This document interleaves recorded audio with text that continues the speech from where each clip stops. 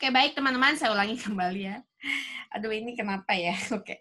Assalamualaikum warahmatullahi wabarakatuh. Selamat pagi. Oke, teman-teman. Jadi, pada pagi hari ini kita akan coba bahas materi TWK episode 15. Yang merupakan episode 15 itu merupakan episode terakhir ya. Bentar. Di materi TWK yang sudah saya susun ya dari episode 1 sampai dengan episode 15, di mana episode 1 dulu kita sudah bercerita ya tentang penjajahan, terus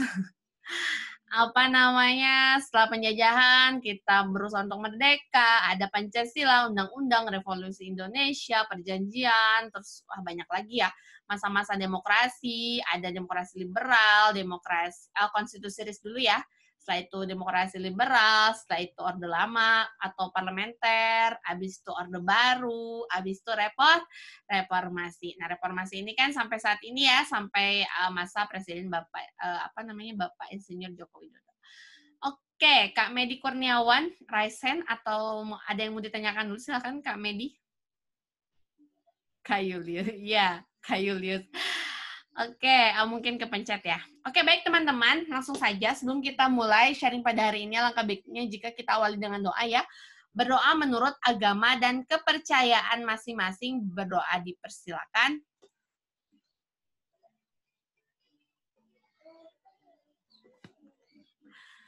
Berdoa selesai. Oke, Kak Trinur, jelaskan. Ini ada, kalau untuk patriotisme, bela negara, nasionalisme, itu sudah saya buatkan recordnya Kak Tri. Nanti coba saya share ya. Untuk recordnya sudah pernah saya jelaskan Kak Tri. Nanti boleh dilihat recordnya ya. Kak Trinur Astuti. Oke, baik teman-teman. Kita langsung saja ke episode 15. Episode terakhir ya, materi TWK saya di part 1. Sebenarnya saya tuh mau buatkan 2 part, tapi ternyata waktunya nggak memungkinkan ya, tapi nggak apa-apa. Intinya materi TWK saya ini 1-15, ini yang berurut. Tapi kalau untuk part 2 sebenarnya itu hanya tambahan saja. Tapi sebenarnya untuk lengkapnya ini yang di episode 1-15. Nah, untuk part 2-nya saya nggak sempat buat ya, jadi nggak apa-apa. Tapi intinya materi TWK itu sudah saya rangkum ini dari episode 1 sampai dengan episode 15 ya, teman-teman. Oke, jadi kemarin pada episode 14 kita sudah bercerita ya. Bercerita tentang apa? Tentang lengsernya Presiden siapa, teman-teman? Lengsernya Bapak Gus Dur ya. Lengsernya Bapak Gus Dur itu pada tanggal berapa? Ada yang masih ingat nggak? Bapak Gus Dur lengser tanggal berapa kemarin, teman-teman? Wah, sepi ya. Oke, ada yang masih ingat? Bapak Gus Dur itu lengser tanggal berapa? 23 Juli 2001 ya. Sebentar. Oke, coba saya lihat. Ya, betul, tahun 2001. Nah, setelah itu Bapak Gus Dur lengser, lalu yang menggantikan. Ingat teman-teman, kalau kita bicara tentang pasal Undang-Undang Dasar 1945, ada di pasal berapa? Pasal 8. Yang menyatakan, pasal 8 ayat 1, menyatakan jika Presiden mangkat yang menggantikan siapa teman-teman? Yang menggantikan adalah Wapres, Wakil Presiden. Ya, betul. Itu ada jelas ya di Undang-Undang Dasar 1945. Nah, jadi jika Presiden mangkat, maka menggantikan Wapres. Kebetulan pada saat Bapak Gus Dur mangkat, yang jadi wakilnya Ibu Mega. Makanya ketika Bapak Gus Dur mangkat, maka Ibu Mega yang gantikan. Gitu ya teman-teman. Nah, ya udah. Habis itu Bapak Gus Dur mangkat, lengser, Bu Mega dilantik ya, atau naik menjadi presiden yang kelima ya teman-teman. Presiden yang kelima. Nah, setelah itu Ibu Mega lanjut lagi. Kita berhubungan lagi dengan pasal. Setelah pasal 8, jika Presiden mangkat yang menggantikan Wapres. Nah, Setelah itu wapres diangkat, lalu presiden terpilih harus apa teman-teman? Harus mengucapkan apa? Mengucapkan sumpah. Nah, ini ada di pasal berapa? 9 ayat 1 ya. Pasal 9 ayat 1 menyatakan bahwa presiden terpilih harus mengucap sumpah di depan apa? Di depan rapat MPR atau sidang MPR. Yang ayat 2-nya, jika MPR tidak dapat bersidang, maka presiden bersumpah di hadapan ketua MA atau ketua MA dan MPR ya, ketua MPR. Oke, udah pada ngerti ya teman-teman, mantap. Oke. Setelah itu Bu Mega diangkat. Wakilnya siapa teman-teman? Wakilnya Bu Mega. Ada yang tahu gak wakil presidennya siapa? Ya, Bapak Ham. Oh, SBY. Siapa ini yang bilang SBY ini? Aduh. Aduh. Ibu Mega diangkat. Yang dipilih jadi wakilnya siapa? Bapak Hamzahas. Nah, ini kalau kita ngomongin partai, Ibu Mega ini dari PDIP. Sedangkan Bapak Hamzahas dari partai PPP ya. Oke. Setelah itu, nah udah connect ya, udah connect nih, udah connect. Kita langsung ke mana? Ke soal nomor 1. Berakhirnya masa reformasi pada masa pemerintahan Kiai Haji Abdurrahman Wahid merupakan tanda bahwa akan memasuki masa reformasi pada Ibu Megawati Soekarno-Putri. Pada masa pemerintahannya, Ibu Megawati membentuk sebuah kabinet bernama Kabinet Gotong Royong. Adapun beberapa program kerja pada masa Kabinet Gotong Royong adalah sebagai berikut. Kecuali, nah apa nih jawaban nomor 1? Baru 3 orang. Dari 80 orang nih baru, oh iya saya lupa. Oke. Apa? Oke, mantap. Ada yang jawab Wah, luar biasa. Aceh waktu SBY, ya. Mungkin ada yang dari Aceh di sini, teman-teman. Ya, jadi beberapa program kerja pada masa Kabinet Gotong Royong, kok putih? Nggak kelihatan ya? Sebentar. Oke. Gotong Royong adalah ini salah ketik ya. Mempertahankan. Ntar ya teman-teman. Ini saya ngerjainnya tengah malam ini makanya begini. Mempertahankan NKRI, betul. Meneruskan proses reformasi, ya. Normalisasi kehidupan ekonomi, ya. Melaksanakan penegakan hukum juga, iya. Yang ini enggak ya teman-teman. Ada yang ingat gak tsunami di Aceh itu terjadi pada tahun berapa sih? Ada yang masih ingat kah? Diungkapkan dulu ya. Sebentar. Oke, silakan teman-teman dijawab dulu ya. Ada yang masih ingat tsunami di Aceh itu tahunnya berapa? Wah, sudah 17 chat, luar biasa. 2004? 2006? 2004? Bagaimana ini? Ada 2 jawaban. 2004 apa 2006, teman-teman? 2006 atau 2004? 2006 atau 2004? Aduh, 2006 apa 2004? Iya, benar. 2004 ya, teman-teman. Jadi nanti kan kita ada pemilu ya.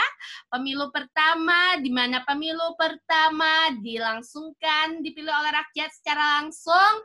Lalu terpilih nanti Bapak Presiden SBY menjadi presiden yang pertama kali dipilih secara langsung oleh rakyat tahun 2004 ya, teman-teman. Di mana tahun 2004 ini nih? Coba lihat dulu judulnya nih. Ya, back dulu deh. Nih, Bu Mega kan dari 2001 sampai 2004 ya. Kenapa? Karena 2004 pemilu, terus Bapak SBY yang menang. Nah, makanya nanti Bu Mega ini masanya sampai 2004 aja, gitu ya. Nah, ini jadi kecuali yang... Oke, sebentar ya, teman-teman. Mana? Ya.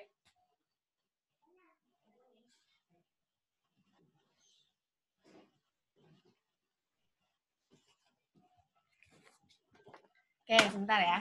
Saya ulangi kembali, teman-teman. Kita lihat pembahasannya ya. Oke.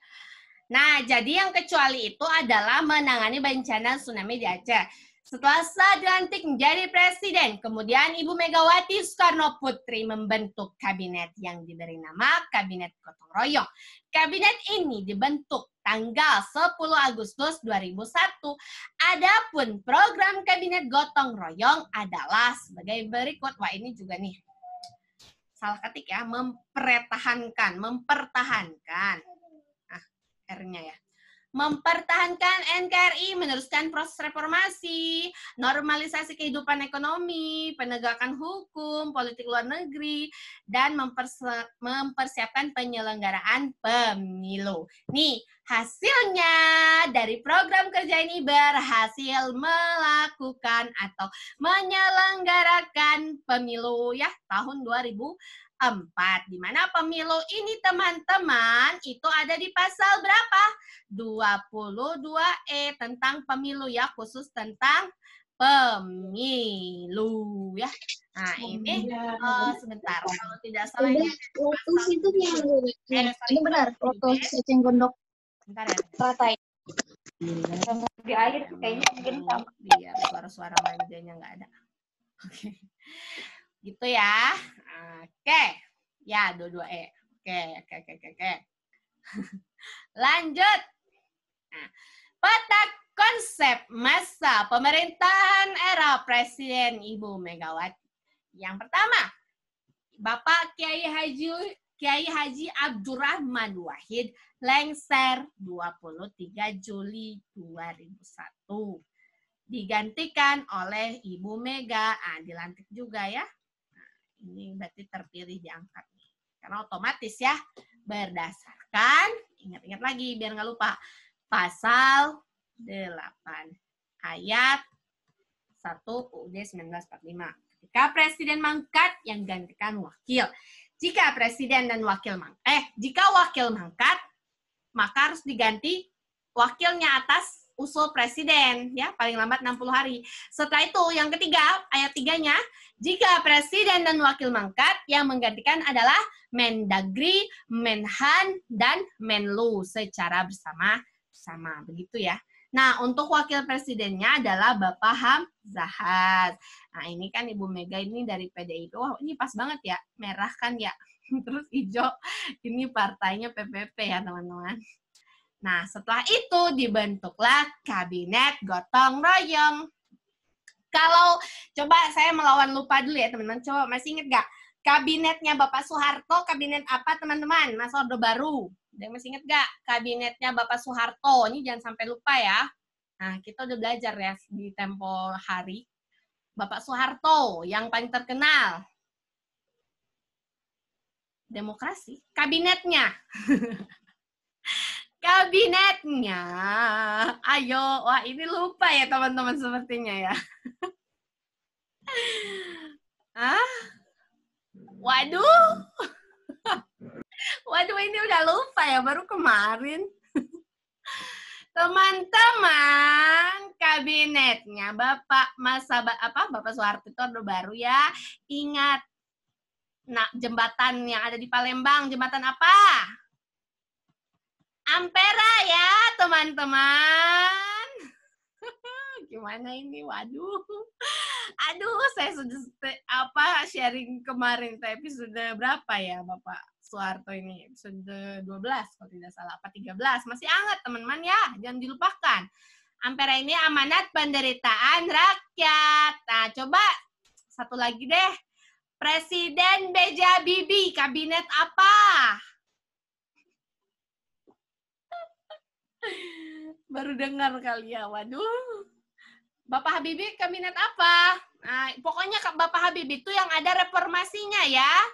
Reformasi pembangunan. Waduh, jangan sampai dilupakan ini teman-teman. Nanti ada di soal SKD. Kalau misalnya ada kan 5 poin lumayan ya.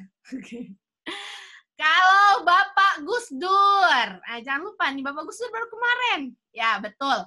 Persatuan Nasional. Kalau Ibu Mega, ini Ibu Mega. Apa Ibu Mega? Gotong royong, ya. Kalau Bapak SBY, Bapak SBY apa? Wah, KIB. Keren nih, Kak Ali nih, KIB. Ya, Kabinet Indonesia Bersatu. Nah, ini terjadi 2 kali ya, karena kan Bapak SBY 2 kali periode ya. Ada yang ke-1, ada yang kedua. Terakhir, Bapak Jokowi jangan sampai nggak tahu ya. Bapak Jokowi. Waduh. Hah? Kabinet kerja. Oke. Kabinet Indonesia Maju. Ya, teman-teman. Kabinet kerja itu masa siapa? Bapak Soekarno ya. Aduh, Bapak Jokowi. Oke, bagus. Teman-teman sudah banyak yang tahu ya. Kita lanjut ke slide berikutnya. Nah, soal nomor 2. Setelah dilantik menjadi Presiden Republik Indonesia kelima, Presiden Megawati selain membentuk kabinet gotong royong juga membentuk kebijakan di bidang hukum. Salah satu kebijakan yang dilakukan dalam bidang hukum adalah dengan melakukan amandemen Undang-Undang 1945 pada tanggal 9 November 2001. Berikut merupakan pasal yang diamandemen pada amandemen ketiga, kecuali, ada kecualinya di sini. Wah, ini kalau teman, mantap sekali. Sudah ada yang banyak menjawab, sudah ada 5 orang ya. Luar biasa. Ya, betul sekali Kak Kila. Ya. Jadi, amandemen ketiga ya dilakukan pada tanggal 9 November, tapi ada juga beberapa yang bilang 10 November, ya nggak apa-apa ya teman-teman. Itu mungkin beberapa literatur memang ada sedikit yang berbeda, beda sehari ya. Tapi insya Allah nanti kalau di opsi, kalau ada 9 November, yang 10-nya nggak ada ya, paling juga gitu. Kalau yang ada 10, berarti yang 9-nya nggak ada gitu aja. Teman-teman positive thinking, nggak usah pusing ya, nggak usah, ini kok tanggalnya beda gini-gini. Enggak ya, karena memang beberapa referensi itu memang ada yang berbeda ya, kadang-kadang kalau untuk tanggal tuh beda sehari gitu-gitu ya. Tapi nggak apa-apa teman. Oke, lanjut. Nah, pasal yang diamandemen pada amandemen ketiga, kecuali benar ya teman-teman, jawabannya adalah pasal 37. Karena pasal 37 ini diamandemen pada amandemen keempat ya. Amandemen keempat 2002 ya, 10 Agustus atau 11 Agustus, sama aja. Literatur tuh ada 2 yang mengungkapkan ya, ada yang 10 ada yang 11, nah sama aja ya teman-teman. Nah, kalau untuk amandemen ketiga, nah ini salah satu pasalnya ini ya, pasal 1. Pasal 1 itu ada di bab berapa teman-teman? Bab 1. Tentang apa? Tentang bentuk negara. Ya, betul. Jadi ayat 1 mengungkapkan bahwa negara Indonesia, bentuk negara Indonesia adalah negara apa teman-teman? Negara kesatuan ya. Bentuk negara kesatuan. Bentuk pemerintahan, apa bentuk pemerintahannya apa? Indonesia ini bentuk pemerintahan teman-teman, republik. Ya, ini sering saya ulang ya. Setiap saya bahas pasal 1 pasti saya bahas satu-satu ini biar nggak lupa ya. Terus satu lagi, sistem pemerintahan. Apa ya sistem pemerintahan kita? Ya, presidensial. Mantap. Tapi kalau yang presidensial ini nggak ada di pasal 1. Ini adanya di pasal berapa, teman-teman? Presidensial. Pasal 4. Bab 3. Tentang kekuasaan pemerintah negara. Atau tentang presiden ya. Oke, mantap. Ya, betul. Nah, setelah itu pasal 23 itu tentang apa, teman-teman? Ada di bab 8 tentang keuangan negara. Yang ayat 1 mengungkapkan bahwa tentang apa? APBN, anggaran pendapatan belanja negara. Lalu ada lagi, kita flashback ke pasal-pasal teman-teman ya, coba ya biar kita nggak lupa. Setelah itu, yang ayat 2-nya, Presiden mengajukan APBN kepada DPR. Ayat 3, jika DPR tidak menyetujui RAPBN yang direncanakan oleh Presiden, maka RAPBN yang digunakan merujuk pada RAPBN tahun lalu. Ya. Setelah itu yang 23A tentang pajak, 23B tentang mata uang, 23C tentang hal lain, 23D tentang Bank Sentral, di mana Bank Sentral kita itu Bank Sentral itu? Bentar, nih, Bank Sentral kita itu adalah Bank Indonesia yang mempunyai hak untuk mencetak uang ya. Nah, terus setelah itu yang bab 8B masih di pasal 23 karena 23 ini banyak anaknya, teman-teman.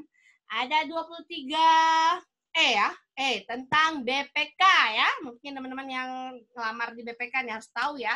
BPK itu ada di pasal 23E bab 8B.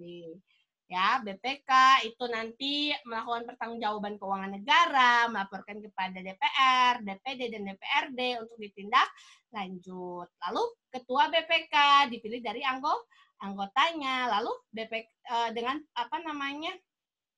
dipilih oleh DPR, pertimbangan DPD disahkan oleh Presiden. Setelah itu BPK terletak di mana?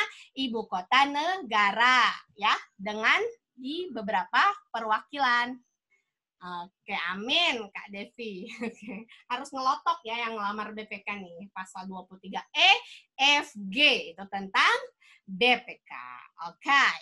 Setelah itu, pasal 6 katanya nih. Wah, pasal 6 tentang apa?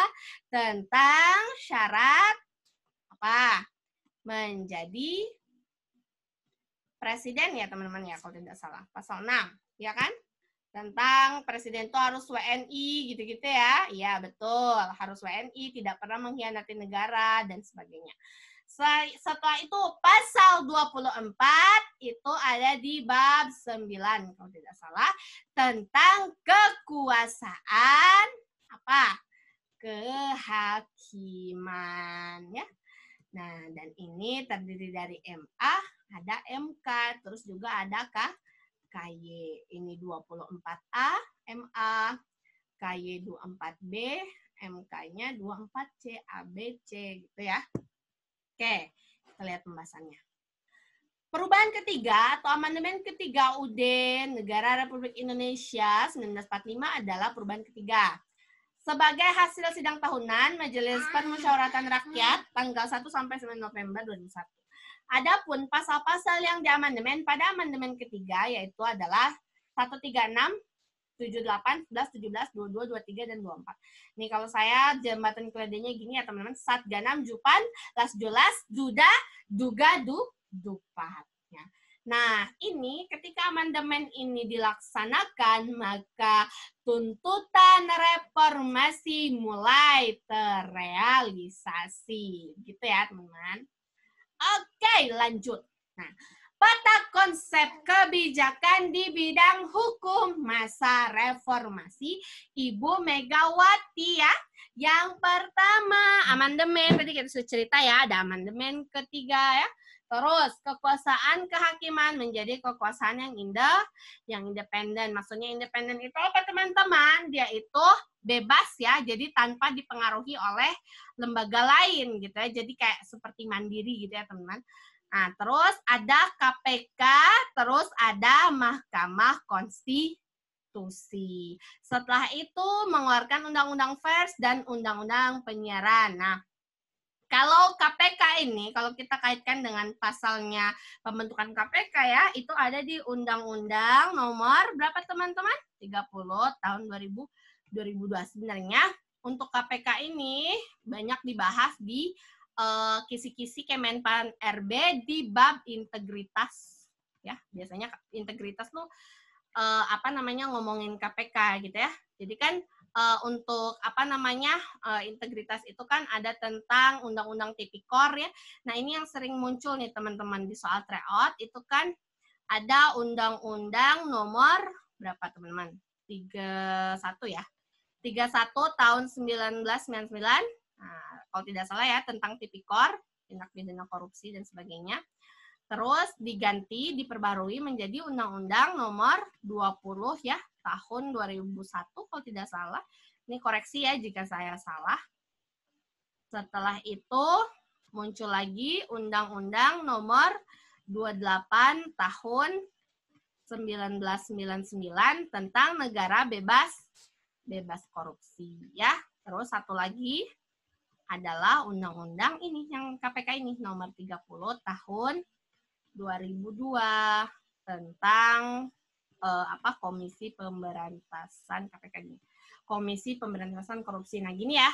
Ini undang-undang yang sering muncul nih di soal-soal tryout. Oke, Kak Seto, kalau mau lihat yang jembatan keledai amandemen, saya ada di episode 4 ya. Boleh mundur nanti. Di di episode 4 itu ada tentang amandemen lengkap di sana ya. Jembatan keledainya juga sudah saya buatkan. Tipikor itu apa? Tindak pidana korupsi ya, teman-teman. Tipikor adalah tindak pidana korupsi. Jadi kalau misalnya ditanya di soal nih, KPK dibentuk pada masa pemerintahan siapa? Jawabannya adalah siapa? Ibu Mega, mantap. Kalau misalnya ditanyanya gini, bukan nama orangnya, tapi KPK dibentuk pada masa presiden siapa? Presiden keberapa? Indonesia keberapa? Berarti jawabannya presiden keberapa? Kelima, mantap. Ya, betul ya teman-teman. Sip. Lanjut. Nah, KPK atau Komisi Pemberantasan Korupsi adalah lembaga negara yang dibentuk dengan tujuan meningkatkan daya guna dan hasil guna terhadap upaya pemberantasan tindak pidana korupsi. KPK bersifat independen dan bebas dari pengaruh manapun dalam melaksanakan tugas dan wewenangnya. Pembentukan KPK didirikan berdasarkan UU Nomor 30 Tahun 2002 mengenai Komisi Pemberantasan Tindak Pidana Korupsi. Adapun asas KPK terdiri dari 5 asas sebagai berikut kecuali. Wah, ini coba apa jawabannya? Wah, mantap sekali. Ini teman-teman harus sudah tahu ya. Asas KPK itu ada 5. Yang pertama, asas akuntabilitas atau dapat dipertanggungjawabkan. Dipertanggungjawabkan. Ada asas keterbukaan, kepentingan umum, kepastian hukum.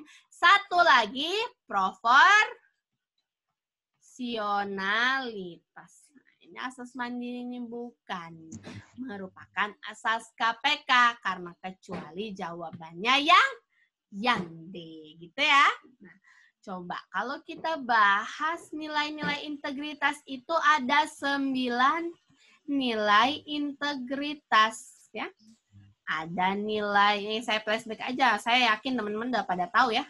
Nilai inti, nilai sikap, nilai etos kerja. Ya. Nilai inti ada apa? Julid. Julid itu apa? Jujur. Ya. Jujur, disiplin, julid. Disiplin dan tanggung jawab. Nilai sikap, ABP, adil, berani, peduli. Satu lagi, nilai etos kerja, kerasem, kerja keras, lagi sederhana, dan mandiri. Nah, ini adalah 9 nilai integritas. Oke, teman-teman sudah pada tahu pasti ya, saya yakin. Ya, betul sekali. Oke, lanjut kita lihat pembahasannya ya. Nah, Dalam pelaksanaan tugasnya, KPK berpedoman kepada 5 asas, yaitu asas kepastian hukum, keterbukaan, akuntabilitas, kepentingan umum, dan proporsionalitas. KPK bertanggung jawab kepada publik dan menyampaikan laporannya secara terbuka. Makanya dia keterbukaan ya, kepada Presiden, DPR, dan BPK. Selain itu, pimpinan KPK yang terdiri atas 5 orang, seorang ketua, ini ada 5 orang ya, KPK itu pemimpinnya. Ketua merangkap anggota dan 4 orang wakil ketua merangkap anggota. Pimpinan KPK memegang jabatan selama 4 tahun dan dapat dipilih kembali hanya untuk sekali masa jabatan. Berarti dia itu maksimal berapa kali, teman-teman? Kalau gitu kesimpulannya, maksimal berapa kali boleh jabat jadi kepala itu, jadi ketua? Ya, betul ya. Nih, kalau teman-teman kadang-kadang suka ada di soal tryout, KPK itu dipilihnya, pimpinan KPK itu berapa tahun sekali? Jawabannya 4 tahun ya. Ingat aja kalau presiden itu 5 tahun, kalau KPK 5 kurang 1, 4 gitu ya. Nah, ketua, ini juga penting nih, takutnya nanti ada ya teman-teman. Ketua KPK saat ini siapa? Bapak Firly Bahuri ya teman-teman. Ya, 4 tahun sekali, benar. Oke teman-teman, aman ya untuk KPK. Kalau misalnya ini kan KPK itu dia kan menyampaikan laporan kepada ini ya, Presiden, DPR, dan BPK. Kalau BPK, saya flashback lagi nih, BPK ngelaporin keuangannya kepada siapa teman-teman? Ada di ayat 2, pasal 23F. Ayat 2, pasal 23E ya. DPR, ini kurang lengkap teman-teman ya. Nah, ada yang lengkap nih. Oke, mantap nih Kak Firza. Kak Firza benar ya. DPR, DPD, dan DPRD. Nih ya. Kalau KPK itu kepada Presiden, DPR, dan BPK. Kalau BPK sendiri kepada DPR, DPD, dan DPRD. Ini jelas ada 23. Di 23 ya, Pak, ayat 2 ya kalau tidak salah. Atau ayat 1 gitu, saya lupa, nanti saya lihat lagi. Oke, lanjut ya teman-teman.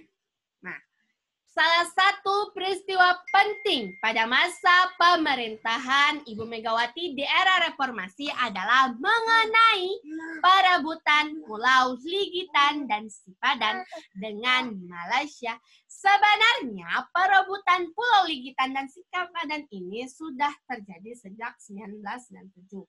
Hingga akhirnya Mahkamah Internasional menetapkan kedua pulau tersebut menjadi milik Malaysia. Adapun pengakuan Pulau Sipadan dan Ligitan oleh Mahkamah Internasional menjadi milik Malaysia terjadi pada tanggal, ini jawabannya apa? Wah, ini kok benar semua ya sepertinya. Tidak jadi Bhinneka Tunggal Ika nih jawabannya. Pasti ngeliat tahunnya teman-teman ya. Oke. Ini kan kalau ada kayak gini teman-teman nggak ingat tanggal, ingat aja Bu Mega. Bu Mega itu kan tadi 2001 sampai 2004. Otomatis nggak mungkin dong sebelum-sebelumnya ya. Sebelum-sebelumnya sebelum tahun 2000 itu nggak mungkin ya. Jadinya ini pasti jawabannya yang 2002. Nah, ini beruntung sekali 2002-nya cuma ada di opsi A ya. Jadi kita bisa langsung tebak. Jawabannya adalah yang A. Kalau 31 Desember 1964, ingat ini apa yo? Masih ingat gak tahun barunya sebelum 1965 itu apa ya peristiwanya yang B? Apa ya? Mantap Kadis. Indonesia keluar dari PBB ya. Indonesia keluar dari PBB. Alasannya adalah Malaysia mengkhianati Mapilindo, Soekarno mengeluarkan Ganyang Malaysia.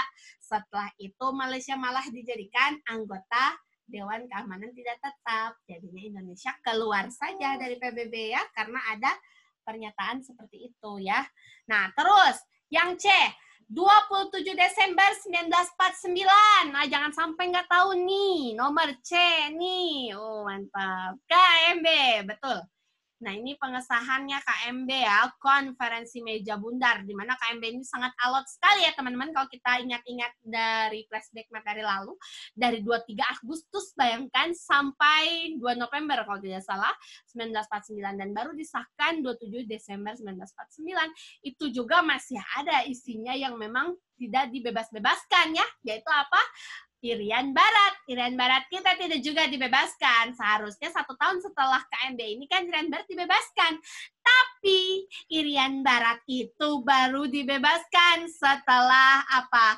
Perjanjian New York. Ya, Perjanjian New York. Setelah itu dari rapat ke-24 PBB dilakukan papera dan sebagainya. Itu ada di episode 10 ya. Nah, terus barulah Papua atau Irian Barat dibebaskan. Nah, tapi pada saat itu ketika disahkan dan bebas dinyatakan Irian Barat termasuk Indonesia sudah lagi tidak Bapak Soekarno ya, tapi pada masanya siapa? Bapak Soeharto ya. Karena Bapak Soekarno itu sudah lengser tahun 1967, sedangkan Irian Barat disahkan menjadi NKRI itu tahun berapa? 1966 berapa? Yuk, saya ini dulu deh. Saya ngetes dulu teman-teman. Oke, bukan Romroyen ya teman-teman. Irian Barat dibebaskan tahun berapa? Ayo, 1906. Aduh, ini gimana ini jawabannya campur aduk ya. 69 teman-teman. Ini sudah saya jelaskan di episode 10 ya secara gamblang. Alurnya kenapa bisa bebas Irian Barat itu ya. Kalau 1962-61 itu kan trikoranya ya dilawan oleh trikora Belanda di Papua itu di Irian Barat supaya apa? Bebaskan Indonesia atau bebaskan Irian Barat kita, bebaskan negara boneka Papua buatan Belanda, kibarkan bendera merah putih ya, dan bersiaplah untuk mobilisasi trikora. Nah, pada saat itu kan 67 betul nih Kak Olive. Jadi 67 Bapak Soekarno tanggal 22 Februari itu lengser. Sedangkan Irian Barat ini masih diusulkan ya dari penjajahan New York itu oleh apa? Lembaga apa teman-teman? UNTEA ya. UNTEA yang ngurusin. Nah, tapi belum selesai kan harus papera dulu. Nah, setelah papera itu penentuan pendapat rakyat, barulah ternyata rakyat Irian Barat itu masih mau bergabung dengan NKRI dan disahkan itu pada tahun 1969, bukan lagi pada masa Bapak Presiden Soekarno, karena Bapak Soekarno sudah lengser 67. Nah, pada saat itu disahkannya itu pada masa Bapak Soeharto ya. Jangan sampai lupa ya, teman-teman. Nah, yang D nih, tanggal penting juga nih. 10 Februari 1949. Nah, ini tanggal apa kira-kiranya? 10 atau 11 gitu ya. Nah, 10 atau 11. Valentin. Gimana ini? Kaldebaran nih, waduh. Gimana ini Kaldebaran ini? 10 atau 11. 1949 ini tanggal penting, teman-teman. Saya pernah jelaskan ini. Apa ya? Ini sering ada di soal tryout. Jangan lupa nih, penting ini. Di masa Republik Indonesia Serikat. Romroyen. Khalif nih kayaknya ini ya, cinta sekali dengan Romroyen ini. Romroyen itu apa namanya? Setelah agresi militer Belanda II, sebelum apa teman-teman? Sebelum oh iya, saya lupa ini 1950 ya harusnya ya. Oh iya, mohon maaf, 1950 ya. Saya salah tahunnya. Oke, mohon maaf. Ini saya anulir ya, 1950-nya harusnya. Oke. Nah baru nih tahu nih Kak Lia. Ya, betul sekali. Bhinneka Tunggal Ika. Ya, Bhinneka Tunggal Ika. Wah, saya lupa ini. Tahunnya lupa ganti. Ini habis kopi dari sini, ininya lupa. Aduh, mohon maaf ya. Jadi benar ya, Bhinneka Tunggal Ika disahkan menjadi semboyan negara ya. Tanhana Bangun Mangrawa oleh siapa? I Gusti Bagus Sigriwa dan Sultan Hamid II yang merancang ya. Oke, setelah itu 10 Januari 1942. Ini tanggal apa kira-kiranya nih? 1942. Nah, itu dia Kak Duwita. Masih ingat lagunya Gigi? Lagunya Gigi 11 Januari dikurangi 1 hari itu tanggal 10 1942 Jepang mendarat di Tarakan, Indonesia. Ya, betul sekali. Masih ingat sekali ya kalau 10 Januari ini ingatnya lagu Gigi aja ya, teman-teman. Oke, lanjut. Pada tanggal 17 Desember 2002 yang lalu, Mahkamah Internasional di Den Haag. Den Haag ini di mana ya? Ada yang tahu nggak Den Haag ini di mana? Jangan sampai nggak tahu ya. Kalau tahu KMB sudah harus tahu Den Haag itu di mana. Oke. Betul sekali, di Belanda. Di Belanda ya. Kalau Bangkok di mana teman-teman? Bangkok. Bangkok di mana? Thailand. Nah, kalau deklarasi Bangkok, ada yang ingat nggak? Deklarasi Bangkok itu sebenarnya apa ya? Wah, mantap. Udah langsung connect ya. ASEAN. Ya, kenapa deklarasi Bangkok ya? Dengan namanya dia di Bangkok. Namanya dia dilaksanakannya di Bangkok gitu ya. Oke, mantap. Lanjut. Nah, dengan suara 16-1 bahwa Pulau Sipadan dan Ligitan yang kepemilikannya dipertengkarkan antara Indonesia dan Malaysia sejak tahun 1969 dan 1997 juga ya, dinyatakan sebagai wilayah Malaysia ya pada ini 17 Desember 2002 ini. Keputusan ini memberi bobot yang sangat besar kepada kenyataan bahwa Inggris yang mewariskan kepada Malaysia dianggap lebih melaksanakan kedaulatan atas pulau tersebut sebelum 1969 jika dibandingkan dengan Hindia Belanda yang mewariskannya kepada Indonesia. Dulu kan kita Hindia Belanda ya, sebelum nama Indonesia itu Hindia Belanda dulu. Nah, Pulau Sipadan dan Ligitan sah menjadi milik Malaysia ya, tanggal 17 Desember 2002 gitu ya ceritanya. Oke. Kalau yang udah emang ada ya? Oke, lanjut ya. Peta konsep kebijakan pemilu bidang ekonomi dan kebijakan untuk mempertahankan NKRI.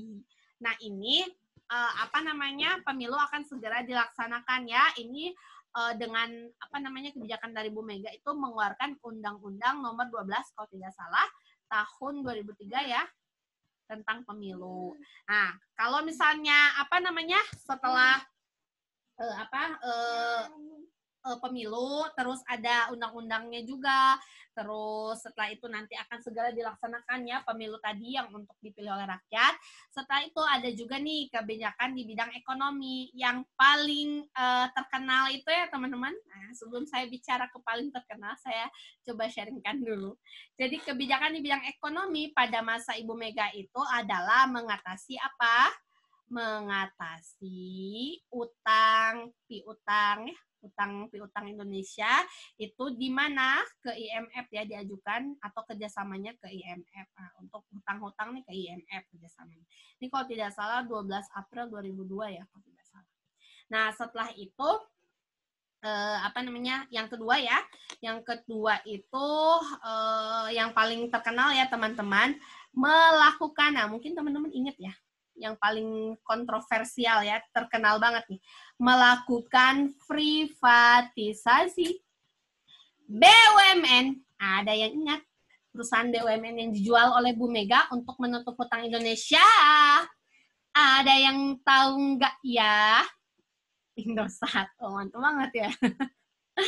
Ya betul sekali. Jadi saham Indosat dijual ya. Indosat dijual. Kenapa? Why? Kenapa? Karena untuk apa tujuannya? Untuk membayar hutang teman-teman. Karena kita itu kan lagi krisis ya. Semenjak lengsernya Bapak Soeharto kan kita dilanda krisis ya teman-teman. Nah makanya Indosat ini dijual teman-teman ke Singapura kalau tidak salah ya. Nah setelah itu ada juga yang kebijakan ketiga itu menaikkan pendapatan per kapita. Pendapatan per kapita. Setelah itu ada juga, nah kalau misalnya Bapak Soeharto itu swasembada pangan pada Repelita 4 ya. Kalau Ibu Mega ini swasembada apa? Swasembada beras. Kalau Bu Mega ya, ini tahun 2002 ya kalau tidak salah. Nah, terus di sini juga ada selain mencapai swasembada beras itu larangan ya, larangan apa? Larangan impor beras. Jadi kita nggak boleh menerima beras dari luar. Toh beras kita banyak kok di Indonesia gitu kali ya. Makanya dibuat kebijakan itu, teman-teman. Oke, ya betul sekali. Swasembada beras, ya betul. Nah, kebijakan mempertahankan NKRI yang tadi teman-teman ya tentang apa namanya pulau tadi ya, Pulau Sipadan dan Lilitan. Selain itu, teman-teman masih ingat dulu banyak sekali organisasi yang ingin memisahkan diri dari Indonesia yang kita kenal dengan separatisme. Oh iya, sebentar ya teman-teman.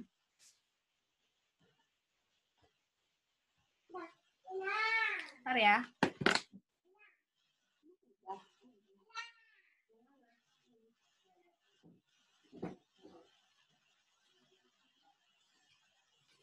Oke, sebentar ya. Iklan dulu, iklan. Nah, jadi apa nih? Separatisme itu yang dilakukan oleh siapa? Ada yang ingat nggak? Mantap. Wah, GAM. Ya, betul sekali. Gerakan Aceh Merdeka. Ini ada GAM ya, terus ada juga di Papua juga ya.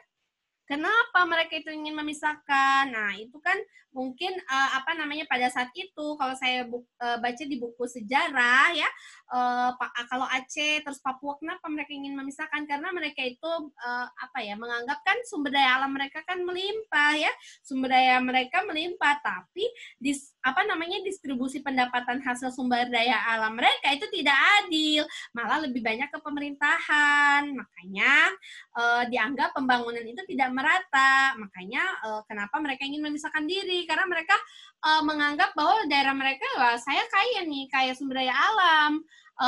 Daerah saya banyak apa namanya banyak menghasilkan, tapi kenapa kok masih banyak yang kekurangan? Nah, hidup di garis kemiskinan dan lain sebagainya. Makanya setelah adanya apa namanya gerakan separatis itu, Ibu Mega itu membuat ini ya kebijakan-kebijakan kayak apa namanya kebijakan yang bisa mensejahterakan atau apa meratakan hasil dari si alam tadi gitu supaya apa gerakan Aceh Merdeka Papua itu nggak ada lagi ya karena kan mereka itu sebenarnya menuntut keadilan ya teman-teman ya. Ibaratnya mungkin mereka yang punya lahan di sana meskipun milik negara tapi kan di daerah mereka gitu. Makanya setelah kejadian itu Ibu Mega mencoba untuk melakukan pemerataan ya. Jadinya hasil-hasil sumber daya alam di daerah Aceh, di daerah Papua juga didistribusikan untuk masyarakat setempat. Untuk apa? Mensejahterakan rakyatnya kayak gitu ya. Jadi yang tadinya itu lebih banyak pemerintah dirubah lagi menjadi pembagian hasil SD-nya itu 70% untuk masyarakat atau apa namanya rakyat yang ada di sana, 30%-nya baru untuk pemerintah gitu ya. Salah satu kebijakan yang dilakukan oleh Bu Mega. Nah, setelah itu teman-teman, setelah terjadi apa penjualan saham BUMN ya, terus mulailah di situ kepercayaan masyarakat juga mulai menurun ya teman-teman. Kenapa? Karena apa namanya ada penjualan saham gitu ya BUMN mungkin masyarakat dinilai kurang efektif atau seperti apa. Tapi kan sebenarnya tujuan Ibu Mega itu baik ya untuk apa namanya menutup hutang negara gitu ya teman-teman.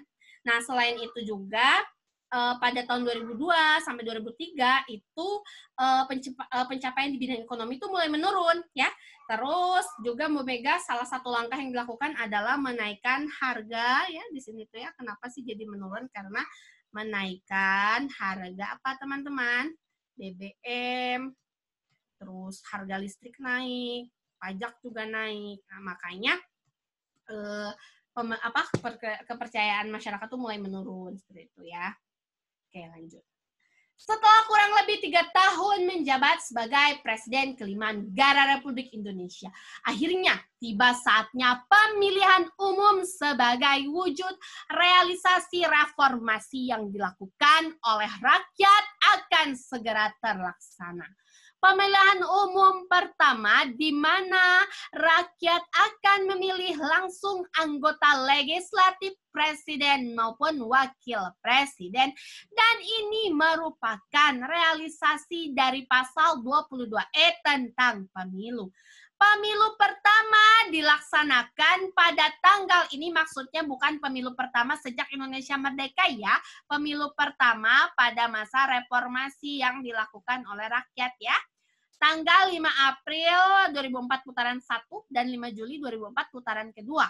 Adapun asas pemilihan umum pada tahun 2004 itu mengandung asas berikut ini, yaitu jangan sampai tidak tahu teman-teman ya. Pasti teman-teman sudah tahu. Oke, luber jurdil. Oke, mantap. Jawabannya jadi yang mana? Yang B ya. Betul sekali ya. Jadi asas pemilihan umum jelas ada di pasal 22E bab 7B, yaitu langsung, umum, bebas, jujur, dan adil. Kalau yang luber ini masanya siapa? Orde Baru pada masa Bapak Soeharto ya. Kalau pada masa Bapak Soeharto pemilunya itu mengandung asas langsung, umum, bebas, dan rahasia ya. Nah, kalau yang C, tetap, mandiri, dan nasional, ini merupakan apa? Sifat atau asas dari Komisi Pemilihan Umum. Ya, ini juga ada di pasal 22E ayat, kalau tidak salah ada di ayat 5. Kalau saya menyingkatnya ini, KPU itu adalah teman. Nah, teman itu tetap, mandiri, dan nasional. Kalau yang ini, kepastian hukum, keterbukaan, ini yang tadi asas KPK. Nah, ini harus ingat-ingat teman-teman, jangan lupa ya. Terus, kepastian hukum, proporsionalitas, ini adalah asas kita nanti ya. Asas kita nanti sebagai seorang abdi negara ya, yang merupakan cita-cita kita. Kenapa kita mau belajar? Karena kita ingin jadi ASN. Kenapa kita mau bekerja keras? Karena kita ingin menjadi ASN, menjadi PNS, mengabdi kepada negara, mengerahkan seluruh apa yang kita punya untuk kepentingan negara. Gitu ya teman-teman. Amin. Mantap. Jadi harus ingat nih, nanti asas-asas kita tuh kepastian hukum, profesionalitas, proporsionalitas, keterpaduan, delegasi netral, akuntabilitas efektif dan efisien, dan ada lagi beberapanya ya, tapi saya nggak sebutkan semua di sini. Nah, jadi jawabannya adalah yang B ya, langsung, umum, bebas, jujur, adil. Menurut pasal 22 ayat 1, asas pemilihan umum adalah lublubja atau luberjurdil ya kalau teman-teman ya. Langsung, umum, bebas, jujur, dan adil. Dari rakyat, oleh rakyat, dan untuk rakyat. Demokrasi ya. Oke. Nah, peta konsep berakhirnya masa pemerintahan Ibu Mega. Pencapaian bidang ekonomi mulai menurun teman-teman. Ya, ini terjadi pada tahun 2002 sampai 2003. Terus mengeluarkan kebijakan privatisasi BUMN tadi ya, yang menjual saham Indosat. Lalu tiba saatnya pada saat yang berbahagia dilaksanakan pemilihan umum yang dipilih langsung oleh rakyat Indonesia ya. Oleh rakyat Indonesia. Sebenarnya pada saat yang pemilu tahap 1 itu kan ada, kalau tidak salah tuh ada 7 partai ya. Golkar, PDIP, PKB, dan lain sebagainya. Tapi yang mencalonkan paslon-paslon itu ya, pasangan calon itu hanya 5 ya teman-teman. Ada Wiranto dan Salahuddin, kalau tidak salah itu dari Partai Golkar, Megawati dan Ahmad Hashim, Amin Rais dan Siswono, SBY dan Yusuf Kala, lalu ada Hamzahas dan Agung Gumelar kalau tidak salah ya. Tapi pada saat pemilu putaran kedua tanggal 20 September 2004 dihasilkan ya SBY dan JK. Di sini ada Ibu Mega dan siapa? Bapak Ahmad Hashim, kalau tidak salah. Nah, ini suara terbanyaknya. Ini Bapak SBY ini menang ya, unggul ya. Dia unggul dibandingkan Ibu Mega. Nah, gini ya, unggul. Nah, maka dari itu ya, pada tahun 2004 Bapak SBY terpilih menjadi presiden. Nah, pada tanggal berapa teman-teman? Harus ingat nih, bulannya Oktober 2004. Tanggal berapa? Ada yang tahu Bapak SBY terpilih tanggal berapa? 20. Oh, mantap. Setiap tanggal 20 ya. Oke, ya, jadi soal sekarang tuh udah teratur ya. Setiap tanggal 20 gitu ya. Nah, kalau kemarin-kemarin kan karena ada beberapa kayak Bapak Habibie kan pidato pertanggungjawaban tidak disetujui lalu mengundurkan diri untuk tidak mencalonkan pada pemilu berikutnya dan lain sebagainya. Kalau untuk reformasi ini setiap tanggal 20 Oktober ini ya teman-teman. 20 Oktober nanti 5 tahun sampai 2009, setelah itu 20 Oktober 2009 sampai 2014. Lalu nanti Bapak Jokowi 2014 sampai 19, lalu 19 sampai 2024 ya gitu ya. Oke, nah kalau untuk Bapak SBY kan teman-teman tahu ya kebijakan-kebijakannya ada bantuan langsung tunai, ya, ada apa lagi? Ada BLT, nah, ada sertifikasi guru. Nah, yang mau jadi guru ini ya, karena apa namanya pada masa Bapak SBY ini ada sertifikasi ya untuk kesejahteraan guru ya teman-teman. Terus ada apa lagi? Wah, Kak Anwar ini luar biasa ya. Jadi apa namanya itu merupakan salah satu kebijakan-kebijakan pada masa Bapak SBY ya. Ada BLT yang terkenalnya sertifikasi dan lain sebagainya. Oke, teman-teman. BLT. Bukan BLP ya Kak Gresi, tapi BLT, bantuan langsung tunai ya. Bantuan langsung tunai itu kan diberikan kepada masyarakat yang kurang mampu ya. Kalau misalnya ini ada yang cewek-cewek cinta. Oke. Nah, ini kan untuk mencapai jaminan sosial. Kalau kita kaitkan jaminan sosial tentang apa namanya rakyat yang apa namanya di bawah garis kemiskinan itu kan sudah ada jelas ya di pasal berapa teman-teman dilindungi oleh negara. Rakyat terlantar itu ada di pasal berapa? Pasal 34 ya, ada di bab 14 tentang apa namanya kesejahteraan sosial ya. Oke, mantap. Udah pada hatam ya, UD. Oke, teman-teman, selesai sudah materi TBK saya. Tapi sudah 1 sampai 5. Jadi saya tuh semalam pas edit materi ini kayak sedih gitu, wah udah mau selesai ya. Berarti kita ini sudah mulai berpisah ya teman-teman. Tapi nggak apa-apa, dengan berpisahnya kita belajar, sudah selesai apa yang kita kerahkan sudah selesai. Film saya juga sudah selesai ya. Semoga apa yang saya berikan bermanfaat teman-teman. Jadi, senja mengajarkan kita menerima sebuah perpisahan dengan jaminan pertemuan yang hangat pada esok hari. Kami CPNS 2021. Salam 500 plus. Sampai bertemu di Latsar nanti, teman-teman. Wassalamualaikum warahmatullahi wabarakatuh. Itu saja dari saya. Terima kasih atas perhatiannya. Mohon maaf ya apabila dalam penyampaian saya terdapat banyak kekurangan.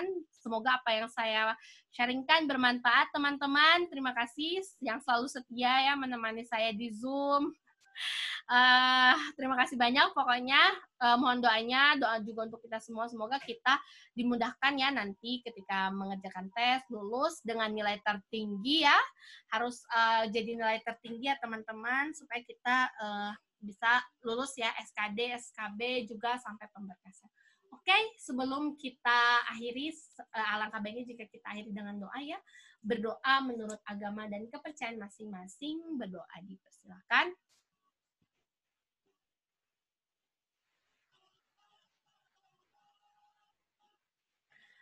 Berdoa selesai. Terima kasih banyak teman-teman. Sekali lagi saya ucapkan mohon maaf ya apabila saya banyak salah.